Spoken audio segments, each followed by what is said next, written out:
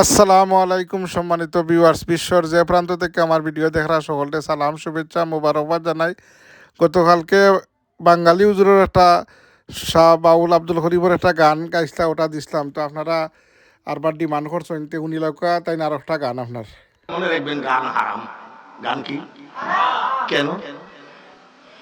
কোন গজলকে যদি গানের সুর দেন, ওই সুরটা যদি ববিতা সাবানার সুর হয়, ওই সুরটা হলেই ববিতার কথা মনে পড়বে, যার জন্য এই গান হারাম। আর আমার গান শোনে, দাড়ি কাইটে পড়াইছিল কেনা, নৌকায় ধরা পড়ল সালমান। শুনলাম ৩৬,০০০ কোটি টাকা ব্যাংক থেকে নিছে।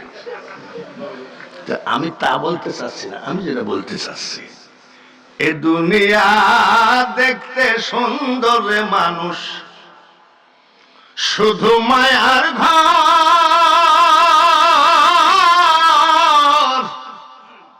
আইসো একা যাইবা একা, কিসের অহংকার রে বলো, কিসের অহংকার।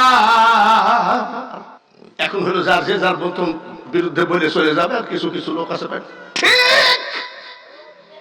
আচ্ছা কন্ত দেখি, এই বক্তার থেকে শ্রোতারা আরো খারাপ।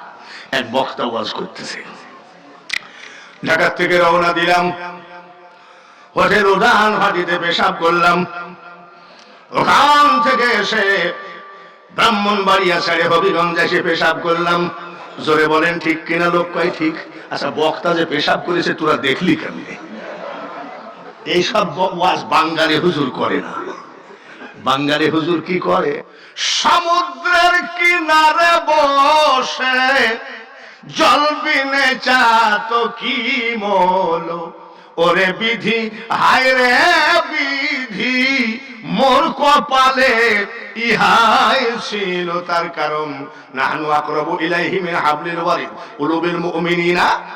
আর শুনলা, এত কাছে মওলা থাকতে আমি মওলা পালাম না, মওলা পালাম না, মওলা পালাম না, এই যন্ত্রণায় আমি বাঁচি না।